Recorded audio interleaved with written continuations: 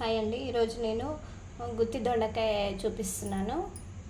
ముందుగా ప్యాన్ పెట్టుకొని అందులో పల్లీలు,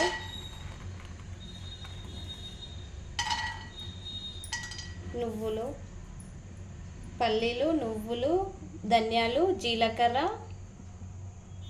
ఎండు కొబ్బరి ఈ మూడు వేయించుకొని మిక్సీ పట్టుకోవాలి. ఇప్పుడు ఒక గిన్నె పెట్టుకొని దాంట్లో ఆయిల్ వేసుకోవాలి.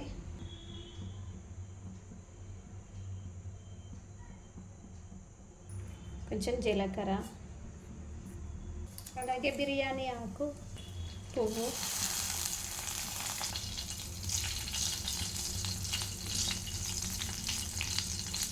అలాగే కరివేపాకు కొంచెం,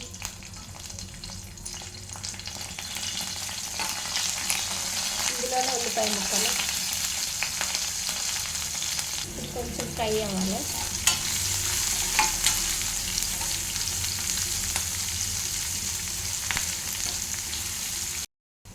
ఇప్పుడు ఇందులోనే అల్లం వెల్లుల్లి పేస్ట్ వేసుకోవాలి. అలాగే కొంచెం పసుపు వేసుకోవాలండి.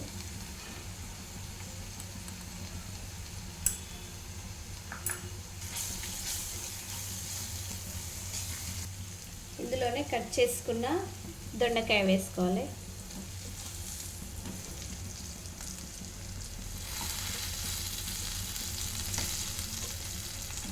గుత్తి దొండకాయ కదా, అందుకే ఇలా కట్ చేస్తాం.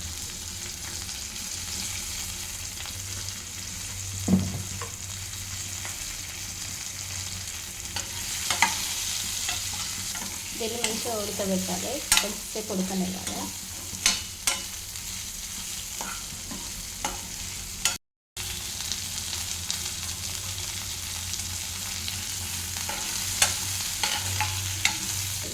మూత పెట్టుకున్నాను. అలాగే ఇప్పుడు ఏం చేద్దామంటే, ఇదిగోండి దీనికోసం గ్రేవీ తయారు చేశాను నేను. ఈ గ్రేవీలో ఏంటంటే ధనియాలు, జీలకర్ర, మెంతులు, పల్లీలు, నువ్వులు, ఎండు కొబ్బరి, ఇంకా ఒక టమాటా, అదేవిధంగా కొంచెం పుదీనా, కొంచెం కొత్తిమీర ఇవన్నీ వేసి పేస్ట్ చేసినండి ఈ గ్రేవీ కోసం. ఇప్పుడు ఇందులో వేసేసుకుందాం.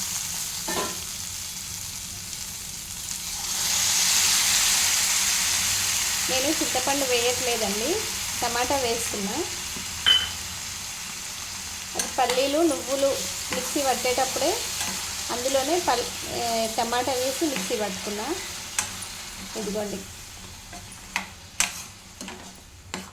ఇది మంచిగా ఉడికిన తర్వాత ఇందులో ఉప్పు, కారం వేసేసుకుందాం. చింతపండు హెల్త్కి మంచిది కాదు కదా, అందుకే మేము ఎప్పుడైనా టమాటాలే వేసుకుంటాం. అయితే చిన్న 2 టమాటాలు తీసుకున్నాను నేను. టమాటాలు తీసుకొని మిక్సీ పట్టేసిన అండి, అందుకే పేస్ట్ చేసిన.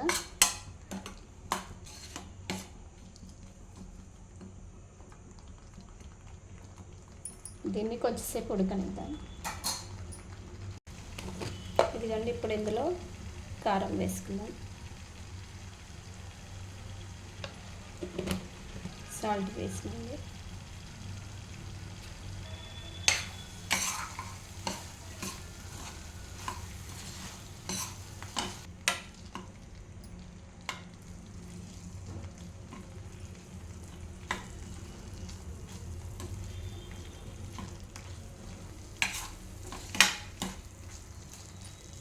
ఇందులోనే కొంచెం వాటర్ వేసేసుకుందాం.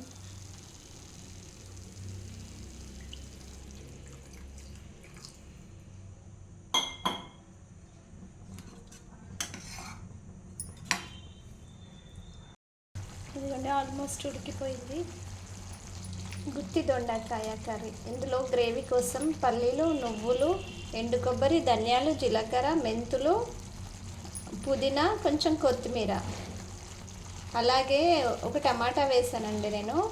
టమాటా కూడా అందులోనే వేసి మిక్సీ పట్టి పేస్ట్ చేసుకొని ఇందులో వేసా.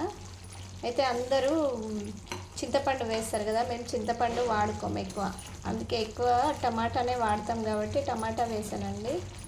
అయితే ఒకసారి అయిపోయిందండి ఇది.